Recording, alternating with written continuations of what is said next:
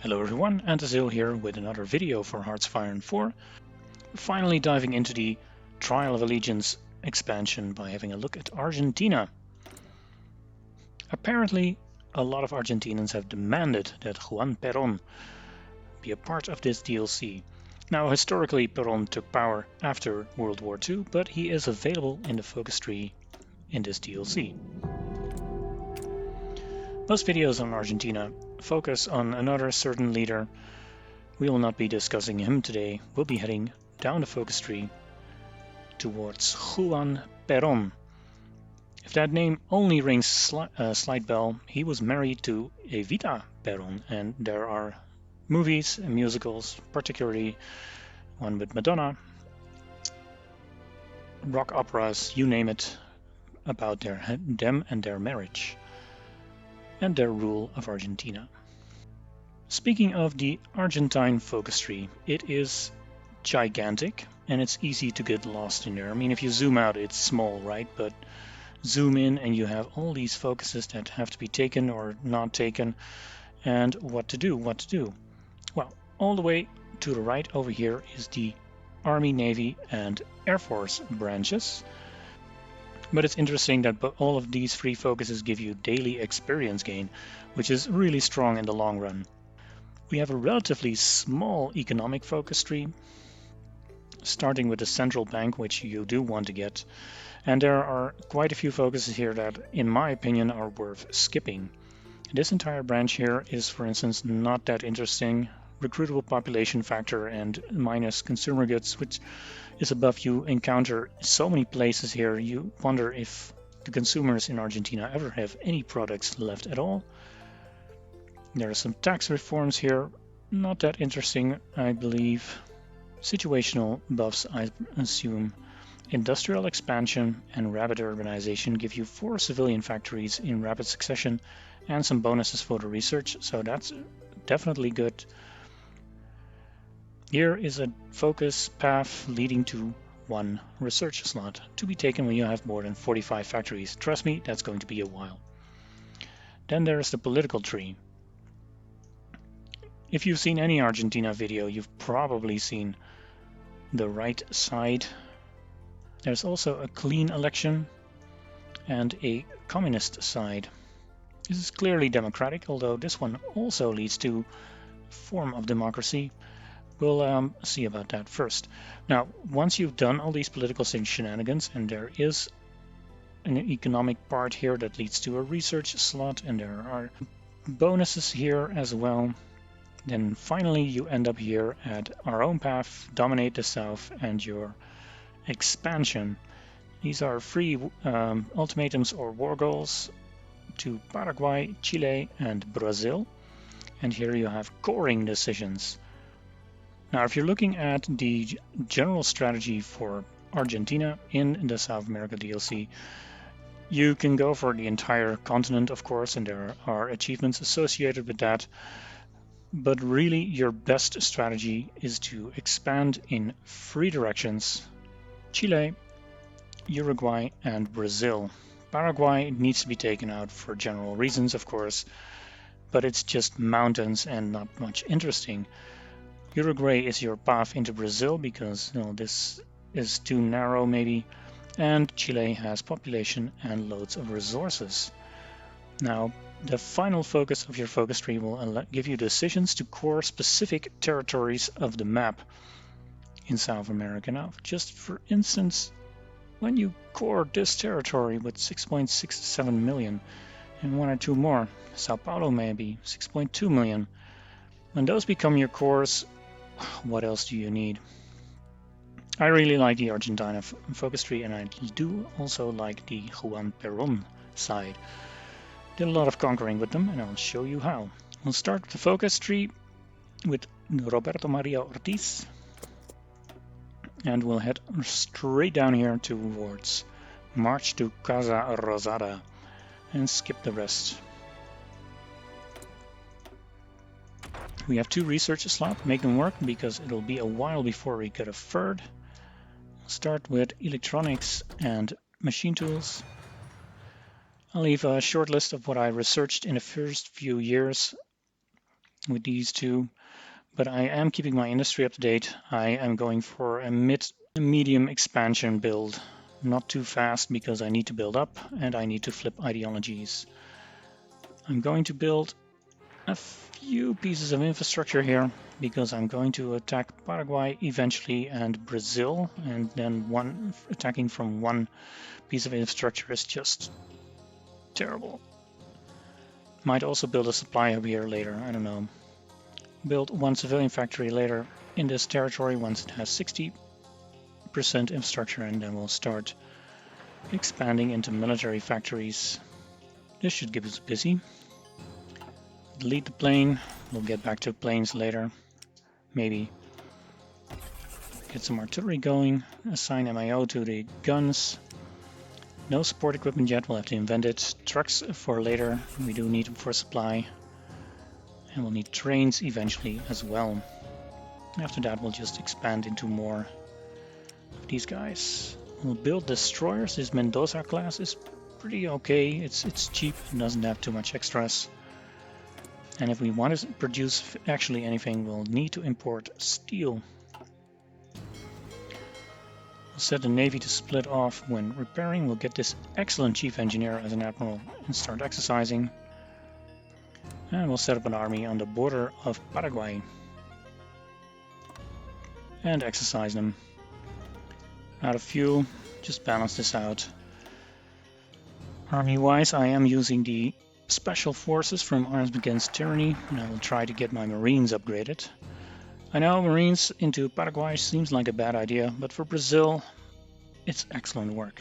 Ortiz is done, and we'll do El Manifeiesto Concordancia. Rate my pronunciation.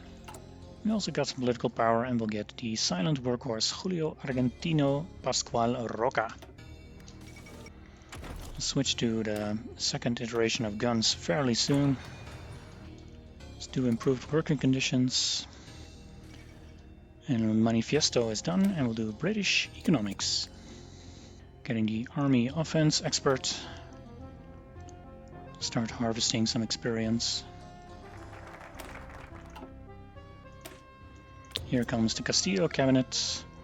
Build order is going to be infrastructure in these two border territories, and then military factories. No civilian factory. Let's get naval reform. British economics lowered the cost for partial mobilization, so we'll get that now. And let's start producing the better guns. Ramon Castillo is now our new leader. We certainly seem to have a high turnover. Taking a moment to talk about crackdown on corruption. If you look at the bonuses you get, or the debuffs you get from political corruption, you do eventually want to get rid of this one. However, it eats into your political power pretty heavily, and though we have enough of it, we do have some spending to do here. So by all means, get rid of this when you don't know what to do with your political power, possibly a little earlier. Let's go for consolidating power and completely ignore these military dissent decisions. Also getting the financial expert, getting professional officer corps, and keep exercising, boys. March to Casa Rosada will end the imminent military coup mission by allowing the military to take over. Exactly what we're aiming for. Let's also get a chief of the navy. We'll get a naval maneuver expert. That's march to Casa Rosada. There is nothing we can do. And we get a cool military guy as our leader. Moderate dictator. Yeah, sure. Also acceptance of fascist diplomacy. It's not exactly what we're here for. We're going to get Peron pretty soon. Even more political power. We'll get there soon enough. We'll first do the Banco Central de República Argentina. If you hadn't noticed yet, I'm trying to balance out political and economic stuff, so once I get to the war goals, I have a decent army.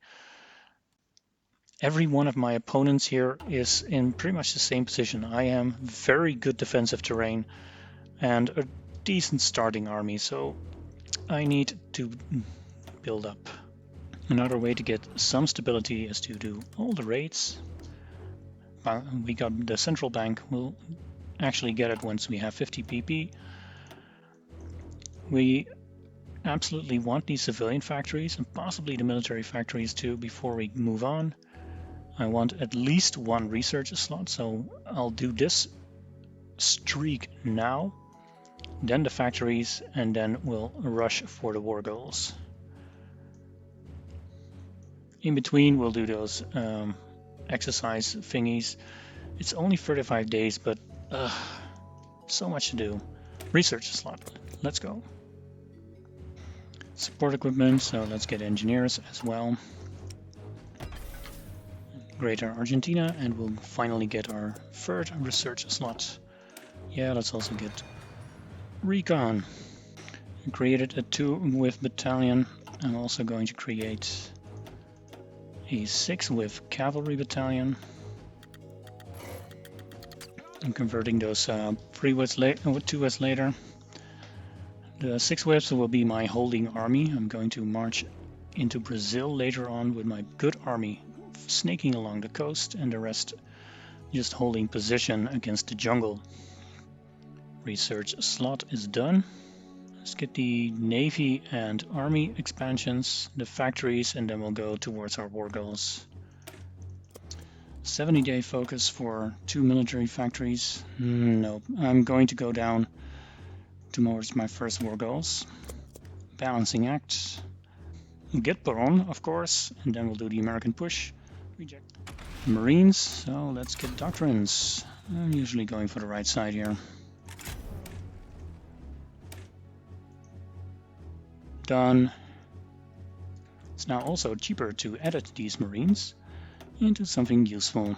For instance, a classic 7.2 or 7.1, since I probably lack the artillery.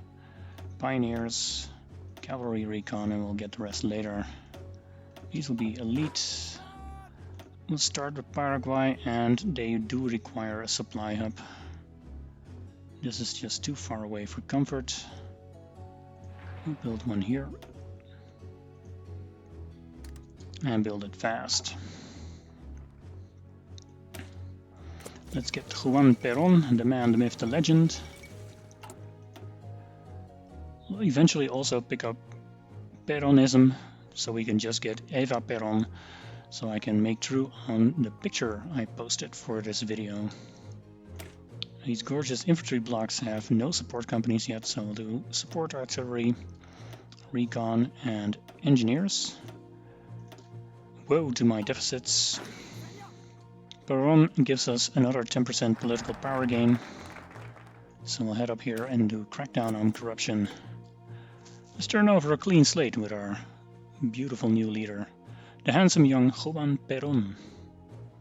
Going to reject the allies. That's going to cause the United States to embargo us, which will add a national spirit dedicated to ourselves, which is a buff. Reject the allies. Don't get distracted by all the good stuff that's here. This is a good focus, sure, but we are running late as it is. Let's dominate the south. Get the war goal against Paraguay, the ultimatum to Chile, and then Brazil. Get Ramirez here as a field marshal. Offensive and charismatic. Hopefully he'll grind organizer at some point. And our primary general will be... all of these guys already have roles assigned to them. So we'll get Ramon Justo here, who is also a logistics expert. He can be useful. He's got a low attack, but maybe he'll level up. Doesn't really sound like a problem, but it will cause them to sometimes guarantee nations. They were on our chopping block anyway, so we don't actually have an infantry expert. I'm hoping to grind this guy to do it. We'll also get an intelligence agency, better late than never. And the better guns. Army is nicely exercised, except for a little bit of support equipment. We are good to go. Conquer Paraguay is done. We'll declare war immediately. We'll continue with the Chilean ultimatum. Doesn't seem terribly busy, so let's just battle plan in there. Except maybe just try to snake around a few of these guys. Meanwhile, another war is also kicking off.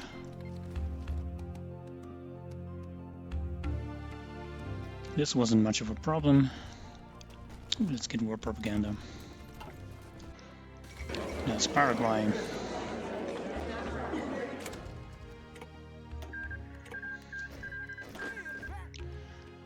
Chile is slightly harder simply because of its size. Yeah, size does matter. So let's get the horses over here, cover the bulk of the center, and put our good troops here on the north. Apparently this is more likely if they have a high opinion of us. I don't really want them to accept, so I'm not improving relations. If they become a puppet, I'll try to annex them, but I prefer the war. Here's a Chilean ultimatum, and we'll immediately go for the old enemy, Brazil. They agree to the ultimatum's terms, so they are now my puppets. Oh well. We'll just scratch all of these military factories and start building them in Chile. Time for the big battle. I'm putting the reserve cavalry here on the northern border. Not actually going to do much pushing unless there's empty space. And the primary army will be set here. Do notice that Brazil can enter through this gap here. So keep troops in Encarnacion. Brazil's strong, we are stronger, especially with these upgraded marines for difficult terrain. What we'll do is we'll make a spearhead into this territory here. There's a supply hub here somewhere. That's our goal, to absolutely positively reach that supply hub, connect it to our own, kill what's ever encircled here, and then move along the victory points. We can go for a collaboration on Brazil, but honestly I don't think we'll need it. We'll be able to grab most of their victory points fairly easily. We'll take out these marines from the order using this button, unassign divisions. We'll give them a new order here, so it'll be a bit messy, but at least they'll get planning bonus straight towards the supply hub there. We'll use marines to aggressively push there. That's the old enemy. We really want South American unity, but we don't necessarily need it right now. We need it once we've conquered some Brazilian territories so we can fully integrate those. There's other stuff we can take. Let's start with Peronism, for instance, to get Evita and also another civilian factory. Let's declare war on Brazil. Now this is a tough battle, but we should be alright. Let's first double check where's the supply hub. It's over there. Let's send in the marines, and the other divisions are merely a distraction. Whatever is over here, we do need to encircle it, and we will get one collaboration government going against the Brazilians. Yeah, that's gonna cost me. Marines are doing just fine. We might just make this one. And it looks like we've going to get a supply hub, so I'm just going to start building a railroad to it. Now there is a port here, so these guys can escape. So let's just move in here and finish them off.